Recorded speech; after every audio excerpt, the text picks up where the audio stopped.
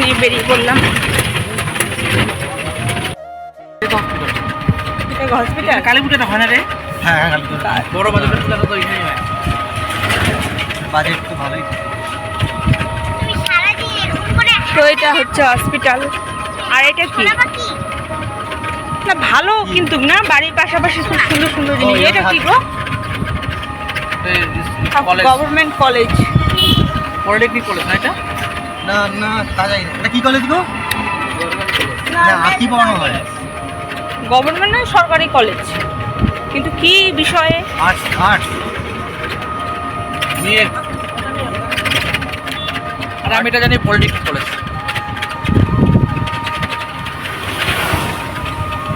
প্রিয়া ঠাকুরের জন্ম তো এখানে হয়েছে নাকি? হ্যাঁ তো লাস্ট ডে হচ্ছে কালকে যেখানে চাউমিন নিয়ে গেলাম। চাউমিনটা কালকে কেমন খাইছিলাম? খুব সুন্দর চিংড়ি মাছ দেওয়া ছিল। কোথা থেকে নিচ্ছ? আমরা এই দেখো রুমাল, রুমালটাকে কত ভাগ্য করে পেলাম রে, কত ভাগ্য করে পেলাম। কোথায় যাব আমরা? উফ,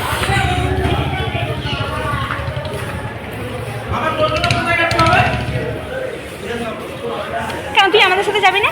এগুলো বাড়িতে ব্যাগ রাখতে যাবো তার। হ্যালো বন্ধুরা, তোমরা সকলে কেমন আছো? আশা করি ভালো আছো। তো দেখো আরও একটি নতুন ভিডিও নিয়ে চলে এলাম তোমাদের সামনে, আশা করি ভালো লাগবে। তো এটা হচ্ছে ঠাকুরনগর স্টেশন। তো আমরা পিসিবাড়ি থেকে বেরিয়ে পড়েছি। তো তোমরা দেখতেই পেলে আস্তে আস্তে খুব সুন্দর সুন্দর জায়গা, আর পরিবেশটাও সুন্দর। আশেপাশে হসপিটাল, কলেজ সব কিছুই রয়েছে বাড়ির পাশাপাশি। তো স্টেশনটা বেশি একটা দূরে না। তো স্টেশনে চলে এসেছি, টিকিট কাউন্টারে টিকিট কাটছে বর। আর এদিকে আমরা হচ্ছে এই যে প্ল্যাটফর্মে ওপাশে ট্রেন ঢুকবে, তাই ওপাশে আমরা চলে যাচ্ছি। তো আমাদের সাথে রয়েছে এক দিদির ছেলে, মানে ভাগনা। তো সেও উকিল, খুব ভালো। তো এই তো দেখো ট্রেনে উঠে পড়েছি। তো এই যে মানে এই ট্রেনগুলো না প্রচণ্ড পরিমাণে ভিড় থাকে, তবে ভিড় থাকলেও মানে সিট পেয়ে গেছি, যেহেতু আমরা প্রথম দিকেই চড়তে হয়। তো এই যে দেখো, তারপর মেয়ে বলছিল এটা খাবে অনেক কিছু ওঠে। তো এই যে কিনে নিলাম বাদাম আর মটর ভাজা। তারপর এটা হচ্ছে গুম স্টেশন। তো এটা হচ্ছে মধ্যমগ্রাম। তো মধ্যমগ্রামে এখানেও রয়েছে আত্মীয় রয়েছে, তবে এখানে নামবো না। হ্যাঁ, মধ্যমগ্রামে নেমে এবার যাব আমরা সোদপুরে। তো সোদপুরে যাব, তার জন্য আমাদেরকে এখানে টোটো ধরতে হবে। তো এই যে টোটোটা দেখছো, এটা মানে যার বাড়িতে যাব জামাইবাবু, সে পাঠিয়ে দিয়েছে। তো আমরা এখানে নেমে ওয়েট করেছিলাম। তারপর জামাইবাবু ফোন করে বললো যে টোটো যাবে। তো আমরা ফোন নাম্বার দিয়ে দিয়েছিল, ফোন করে আবার টোটোতে উঠে পড়েছি। এই যে দেখো আমরা এবার যাচ্ছি দিদির বাড়িতে। তো দিদির বাড়ি যেখানে, সেটা হচ্ছে মহেশপোতা। দেখো এই যে যেতে যেতেই রাস্তার পাড়েই রয়েছে উজ্জ্বলদার বিরিয়ানির দোকান। তো তোমরা সবাই চেনো, ইউটিউবে ফেমাস দাদা, ইউটিউবার। তো না, ইউটিউব থেকেই ফেমাস হয়েছে উজ্জ্বলদার বিরিয়ানির দোকান। তো দেখো রাস্তার পাড়ে অনেক রকমের খাবারের আইটেমের দোকান রয়েছে। আর কলকাতা তো জানোই, সব থেকে খাওয়ার জিনিস বেশি একটা পাওয়া যায়। আর প্রচণ্ড গরম, এটার জন্যই আমার কাছে কলকাতাটা এই গরমের দিনে ভালো লাগে না, আর কিন্তু এমনিতে খুব ভালো। আর দেখো তারপরেই রয়েছে ডিবাপিকে তো তোমরা সবাই চিনো, তার রেস্টুরেন্ট খুলেছে নতুন। তো এটা হচ্ছে ডিবাপির হচ্ছে বিরিয়ানি দোকান। অনেক কিছু রয়েছে সোদপুরে, এবার অনেক কিছুই খুলেছে। তারপর দাদা বৌদিরও দোকান রয়েছে। তো ভাবছি যে একদিন আগে যাই দিদিবাড়িতে, তারপর একদিন সময় করে ঘুরতে আসবো। তারপর দিদিবাড়ি যাওয়ার আগে এখানে বাবাই মিষ্টান্ন ভাণ্ডার থেকে মিষ্টি নিয়ে নিচ্ছি। তো প্রথমবার তো না, অনেকবারই এসেছি, তবুও মিষ্টি না নিয়ে গেলে কেমন লাগে। তো মিষ্টি নেওয়া হয়ে গেছে। তো এই যে দেখো সামনাসামনি চলে এসেছি। তো দিদিবাড়িতে এর আগে অনেক দিন আগে এসেছিলাম, তো আমরা প্রায় ভুলেই গেছি। তো দেখো কথা বলতে বলতে পৌঁছে গেছি দিদির বাড়ি। এটাই হচ্ছে দিদি জামাইবাবুর বাড়ি। তো দিদি জামাইবাবু মানে খুব ভালো। তো দেখো জামাইবাবু কিন্তু রাস্তা দেখা হয়েছিল, আস্তে আস্তে আমাকে পিছন থেকে বলছিল কি ম্যাডাম। তো আমি ভাবছিলাম যে হচ্ছে কে আমাকে পিছন থেকে আবার ম্যাডাম ডাকছিল, সেটাই কলকাতার রাস্তায়। তো পরেই আর কি করে বললো যে আমি। তো এই যে হাসাহাসি হচ্ছিল। তারপর তো এই যে টোটো থেকে নেমে পড়লাম। তো এই যে দিদি উপর থেকে দাঁড়িয়ে রয়েছে, সিসি ক্যামেরা তো দেখতে পেরেছে, কারণ ওদের এই ঘর পুরোটাই সিসি ক্যামেরা লাগানো রয়েছে। গেছিলো হচ্ছে আমাদের শিলিগুড়িতে বেড়াতে, তখন তো দেখেছো। তো এই যে দিদি বাড়িতে বেড়াতে এসেছি। আরে দাও আমি নিচ্ছি। দেখো কোথায় হলো, এই যে দিদি ভাইয়ের গোপাল, দেখেছো? দেখো দিদি ভাইদের বাড়িতে কিছু নিয়ে এলে দিদি ভাই আগে গোপালকে দেয় না। হ্যাঁ দেখো কি সুন্দর। এই যে দিদি,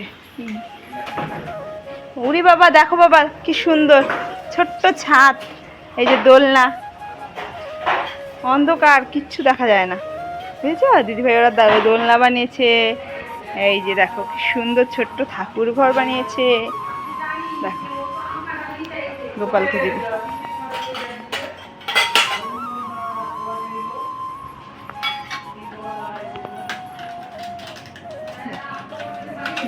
বাবা দেখো এদিকে আসো, দেখো গোপালকে কি সুন্দর করে মিষ্টি দিচ্ছে দিদিভাই।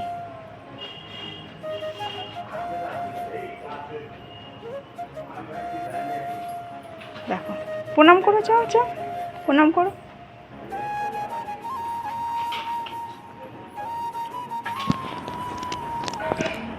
তো এই যে দিদিবাড়িতে ঢুকেই প্রথমে ঠাকুরকে দর্শন করলাম। ঠাকুরের ঘরটা নতুন বানিয়েছে, খুবই সুন্দর হয়েছে। আর দিদির মেয়ে তো খুব সুন্দর করে ঠাকুর সেবা করলো। তারপর দেখো আমাদেরকে ঠান্ডা দিয়ে দিল। তারপর আমাদের জন্য চাউমিন বানিয়ে রেখেছে, চাউমিন, চিকেন চাউমিন। তো খুব সুন্দর করে চাউমিন। দিদির কিন্তু রান্নাবাড়ি খুবই ভালো। দেখো রাত্রের দিকে আবার এখানে চিলি চিকেনের মতো রান্না করছে, তবে চিলি চিকেন না, এটা খুব সুন্দর রান্না। দিদির হাতে রান্নার তুলনা নেই। দিদির একটা চ্যানেলও রয়েছে, তবে ব্যস্ততার কারণে সেই চ্যানেলটা আর মানে সময় দিতে পারে না দেখে ইউটিউবটা বন্ধ করেছে। হয়তো পরে করবে, কিন্তু খুবই রান্না ভালো, অনেক রকমের রান্না জানে। খেতে যেমন ভালোবাসে, খাওয়াতেও ভালোবাসে। রান্নাঘরটা তো দেখার মতো, খুবই সুন্দর। সময় পেলে সুন্দর করে পুরো বাড়িটার ভিডিও করে তোমাদের সাথে শেয়ার করব। এই যে রান্না হচ্ছে, দেখো কি সুন্দরভাবে তোমার মা রান্না করছে, দেখছো? আমি একটু হেল্প করে দিই, তাই না শ্রীময়ী? সায়ন্তিকা অফিস শ্রীময়ী না সায়ন্তিকা। কী রান্না হবে এখানে? ক্যাপসিকাম, টমেটো কেটে রেখেছে। কী যে হবে জানি না। চিলি চিকেন হবে না, চিলি চিকেন করবে না, কিন্তু কী করবে জানি না। চিলি চিকেনের মতনই করবে, কিন্তু চিলি চিকেন না। কালকে তোমার দাদুর বাড়িতে খেয়েছিলাম চিলি চিকেন। মাংস ভাজা হচ্ছে, ওকে দেখো।